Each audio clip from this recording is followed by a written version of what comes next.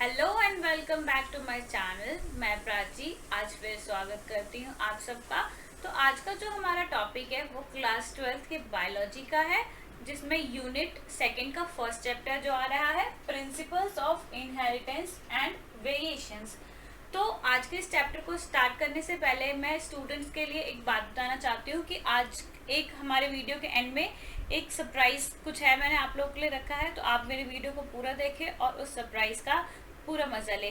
तो हम स्टार्ट करते हैं अपने टॉपिक को। तो principle of inheritance and variation. तो इनहेरिटेंस क्या होती है और वेरिएशंस क्या होते हैं, पहले हमें ये समझना पड़ेगा, उसके बाद ही हम इस के प्रिंसिपल को समझ सकते हैं। तो इनहेरिटेंस क्या होती है? इनहेरिटेंस एक प्रोसेस है जिसमें पेरेंट्स से कैरेक्टर ऑफस्प्रिंग में पास ऑन होते हैं। फॉर एग्जाम्पल किसी भी पेरेंट्स, ये पेरेंट्स है हमारा, पेरेंट्स ले लो और ये हम प्रोजनी ले लेते हैं।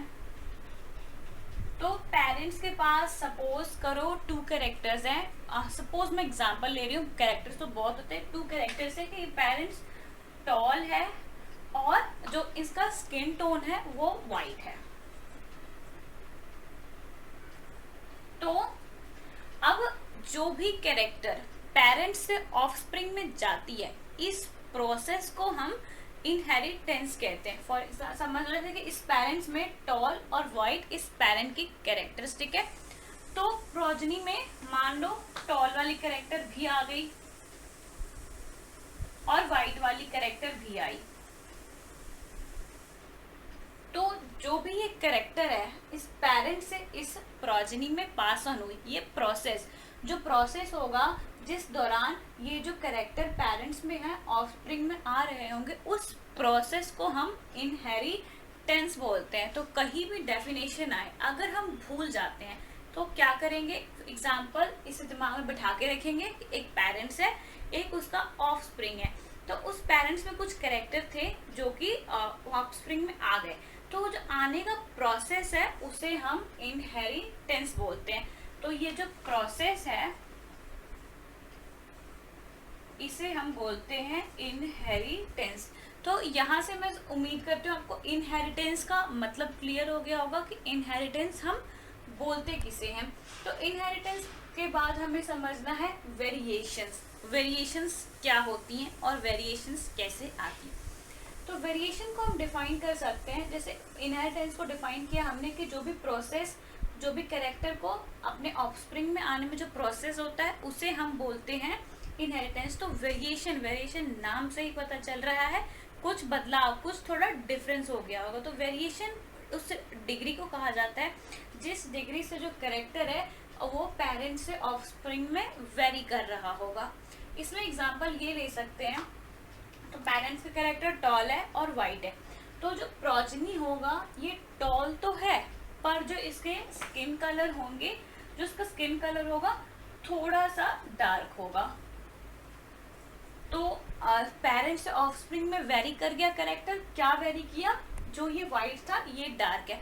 तो किस डिग्री से वेरी कर रहा है, सपोज ये इतना टॉल है, ये उतना टॉल ना हो, डॉर्फ भी ना हो, थोड़ा ज्यादा छोटा भी, ज्यादा लंबा भी ना हो। तो ये जो वेरिएशन कैरेक्टर में वेरिएशन आती है किस डिग्री से, मतलब कितना चेंज आया, ये वाइट है तो ये पूरा ही काला होगा या थोड़ा सा सांवला होगा। वो जो डिग्री होता है चेंज होने का, जो कैरेक्टर को और पेरेंट्स से ऑफस्प्रिंग में आने के वक्त जो भी डिग्री से चेंज हो रहा होता है उस कैरेक्टर को, उसको हम वेरिएशंस बोलते हैं।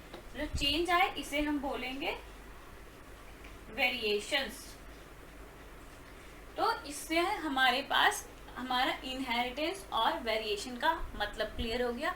मैं एक बार फिर से बताती हूँ, इनहेरिटेंस में एक पेरेंट्स, हम अगर कुछ नहीं याद रहता है तो हम उसे याद रखने के लिए कैसे बोल सकते हैं, एक पेरेंट्स लेना है, एक हमें प्रोजनी लेनी है। उस पेरेंट्स के पास कई कैरेक्टर्स हैं, उस कैरेक्टर को जो भी ऑफस्प्रिंग में जो कैरेक्टर आएगा, अब आने के लिए कोई ना कोई प्रोसेस तो काम करेगा, तो उस प्रोसेस को हम बोलते हैं इनहेरिटेंस। पेरेंट्स से ऑफस्प्रिंग में कोई भी कैरेक्टर आती है, वो जिस प्रोसेस से आती है उसे हम इनहेरिटेंस बोलते हैं। और जो भी कैरेक्टर पेरेंट्स से ऑफस्प्रिंग में आई वो किस डिग्री से वेरी कर रही है, मतलब किस डिग्री से डिफर कर रही है, या डिग्री जैसे कि ये वाइट है और ये डार्क है, मतलब ये पूरा ही अपोजिट। तो क्या वेरिएशन आई यहाँ पे, कलर में वेरिएशन आ गई। तो जो डिग्री से कैरेक्टर पेरेंट्स से ऑफस्प्रिंग में आने में डिफर करता है उसे हम वेरिएशंस बोलते हैं। तो यहाँ से हमने समझ लिया principle of inheritance and variations. तो इसके बाद हमारे पास आएगा of inheritance. Mendel's law of inheritance को समझने से पहले हमें ये पता करना चाहिए कि मेंडल कौन थे। मेंडल एक साइंटिस्ट थे जिसे हम फादर ऑफ जेनेटिक्स भी बोलते हैं। इनका पूरा नाम जॉर्ज मेंडल है। तो जॉर्ज मेंडल के जो थ्योरी है, उनकी थ्योरी मतलब उन्होंने मिड 19 के बीच में अपने एक्सपेरिमेंट को करना स्टार्ट किया था, और एक्सपेरिमेंट उन्होंने हाइब्रिडाइजेशन की बेस पे किया था और 7 इयर्स के लिए किया था। तो इस पॉइंट्स को समझना थोड़ा मुश्किल हो जाएगा, तो मैंने इसीलिए इस पॉइंट्स को शॉर्ट में लिख दिया है। मतलब फर्स्ट पॉइंट हमारा mid 19th century. Mid 19th century में मतलब ऐसे याद रख सकते हैं कि मिड 19th सेंचुरी ने मेंडल ने इनहेरिटेंस को स्टडी करना स्टार्ट किया था। उसके बाद आता है स्टडी किस बेसिस पे करना स्टार्ट किया था, hybridisation experiment on garden pea plant. इतना तो पता है कि मेंडल ने पी प्लांट पे करना अपना एक्सपेरिमेंट को स्टार्ट किया था। तो किस मेथड से करना स्टार्ट किया था, हाइब्रिडाइजेशन के मेथड के लिए, और 7 ईयर के लिए उन्होंने स्टार्ट किया था। उसके बाद उन्होंने जो स्टार्ट किया था, इस टाइम में पहली बार किसी भी बायोलॉजी के प्रॉब्लम को मैथमेटिकल लॉजिक्स की हेल्प से एक्सप्लेन किया गया था। उसके बाद आता है हमारे पास 2 अपोजिंग कैरेक्टर्स। मतलब मेंडल ने जो भी कैरेक्टर्स लिए थे वो अपोजिंग कैरेक्टर्स थे। मतलब एक टॉल होगा तो एक डार्क होगा, एक वॉयलेट होगा तो दूसरा वाइट होगा, अलग अलग वेरिएशंस लेना स्टार्ट किए थे। उसके बाद जो भी उन्होंने P plant, garden pea plant या टेस्ट प्लांट्स लिए थे वो ट्रू ब्रीडिंग थे। ट्रू ब्रीडिंग का मतलब ही होता है कि जो भी पी प्लांट होंगे वो सेल्फ पॉलिनेटेड होंगे। सेल्फ पॉलिनेटेड मतलब जो पेरेंट्स से जनरेशन, पहली जनरेशन आएगी, उसके बाद जो सेकंड जनरेशन होता है F1 प्रोजेनी जिसे हम कहेंगे, वो सेल्फ पॉलिनेट हो सकेगी। ये मैं अभी आगे बताने वाली हूँ। इसके बाद आता है हमारे पास उन्होंने मेंडल ने 14 ट्रू ब्रीडिंग प्लांट वैरायटी ली, पी प्लांट की वैरायटी। उसके बाद उन्होंने अपने एक्सपेरिमेंट को कंडक्ट किया और समझा। तो इस मेंडल लॉ ऑफ इनहेरिटेंस में हमने क्या क्या देखा, मेंडल लॉ ऑफ इनहेरिटेंस में हमने देखा क्या कि मिड 19th सेंचुरी में उन्होंने इनहेरिटेंस को स्टडी करना स्टार्ट किया। हाइब्रिडाइजेशन की एक्सपेरिमेंट से उन्होंने स्टार्ट किया, 7 ईयर के लिए स्टार्ट किया। मैथमेटिकल लॉजिक्स लगे। इस टाइम फर्स्ट टाइम बायोलॉजी के केस में मैथमेटिकल लॉजिक्स का यूज़ किया था। उनका जो सैम्पल डाटा था वो बहुत ही ज़्यादा लार्ज था, ताकि जो भी रिजल्ट आए वो बहुत ही अप्रोप्रिएट आए और बहुत ही सही रिजल्ट आए। उसके बाद उन्होंने 2 अपोजिंग कैरेक्टर्स को लेके अपना एक्सपेरिमेंट कंडक्ट किया, जो कि एक टॉल था, दूसरा डॉर्फ था। या तो टॉल डॉर्फ कह सकते हैं, या कलर्स में variation, pod shape, pod size, ये सब की उन्होंने ली थी। उन्होंने उसके बाद ट्रू ब्रीडिंग पी प्लांट मतलब जो कि सेल्फ पॉलिनेटेड में कैपेबल होती है। उसके बाद 14 ट्रू प्लांट पी प्लांट की वैरायटी ली। उसके बाद उन्होंने एक्सपेरिमेंट किया। तो उन्होंने कौन कौन से शेप, कौन कौन से साइज लिए, वो मैं कौन सी जो कैरेक्टर्स ली, वेरिएशंस ली, या जो भी ब्रीडिंग लाइन में जो पी प्लांट्स चूज़ किया उनकी कौन कौन सी ट्रेड्स थी। तो पहला तो उन्होंने सबसे पहला स्टेम हाइट को चूज़ किया। स्टेम हाइट में उन्होंने क्या क्या चूज़ किया, स्टेम हाइट में उन्होंने एक टॉल लिया, एक डॉर्फ लिया। सेकंड आता है हमारे पास फ्लावर कलर में उन्होंने एक वॉयलेट लिया और एक वाइट लिया। तो इन दोनों की उन्होंने क्रॉसिंग ओवर करवाई थी हाइब्रिडाइजेशन की हेल्प से, या क्रॉस पॉलिनेशन या सेल्फ पॉलिनेशन।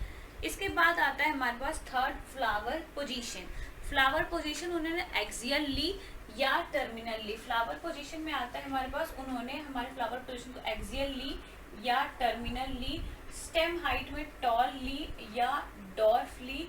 कलर में वॉयलेट ली या वाइट कलर की हमारी कैरेक्टर्स ली। इसके बाद आता है हमारे पास पॉड शेप। उन्होंने शेप कौन कौन से लिए, उन्होंने इनफ्लेटेड और कॉन्स्ट्रीगेटेड लिए, मतलब एक थोड़ा चिपटा सा जो पी होता है वो लिया, और एक कॉन्स्ट्रीगेटेड मतलब थोड़ा गोल होगा पर थोड़ा सिकुड़ा सिकुड़ा सा होगा, उस तरह का उन्होंने लिया। उसके बाद फिफ्थ आता है पॉड का कलर। पॉड का कलर उन्होंने लिया ग्रीन एंड येलो, उन्होंने पॉड कलर ग्रीन और येलो लिया। फिफ्थ आता है सीड का शेप। सीड का शेप राउंड या रिंकल्ड। उसके बाद आता है हमारे पास सीड कलर। सीड कलर और पॉड कलर उन्होंने सेम लिया, येलो एंड ग्रीन, यहाँ पे इन्फ्लेटेड और कॉन्स्ट्रीगेटेड। तो ये था सेवन कैरेक्टर, और इसके जो कॉन्स्टिट्यूटिंग ट्रेड्स थे ये इसे हम 14 बोलते हैं, और ये हमारा जो कैरेक्टर है उसे हम 7 बोलते हैं। तो इसके बाद मेंडल ने क्या किया, इनहेरिटेंस ऑफ वन जीन को स्टडी करना स्टार्ट किया। उसमें जो भी इन्होंने ये एक्सपेरिमेंट कंडक्ट किया था उससे रिलेटेड उन्होंने इनहेरिटेंस ऑफ वन जीन और इनहेरिटेंस ऑफ 2 जीन को स्टडी करना स्टार्ट। तो ये वीडियो कंटिन्यू हो रहा है सेकंड पार्ट में, क्योंकि इस पार्ट में अपलोडिंग में कुछ प्रॉब्लम आ रही थी, तो मैंने इसे 2 पार्ट में डिवाइड कर दिया है। तो ये वीडियो आपको आई बटन में मिल जाएगी, इसका सेकंड पार्ट, तो आप उसे देख के कंटिन्यू करें। Thank you.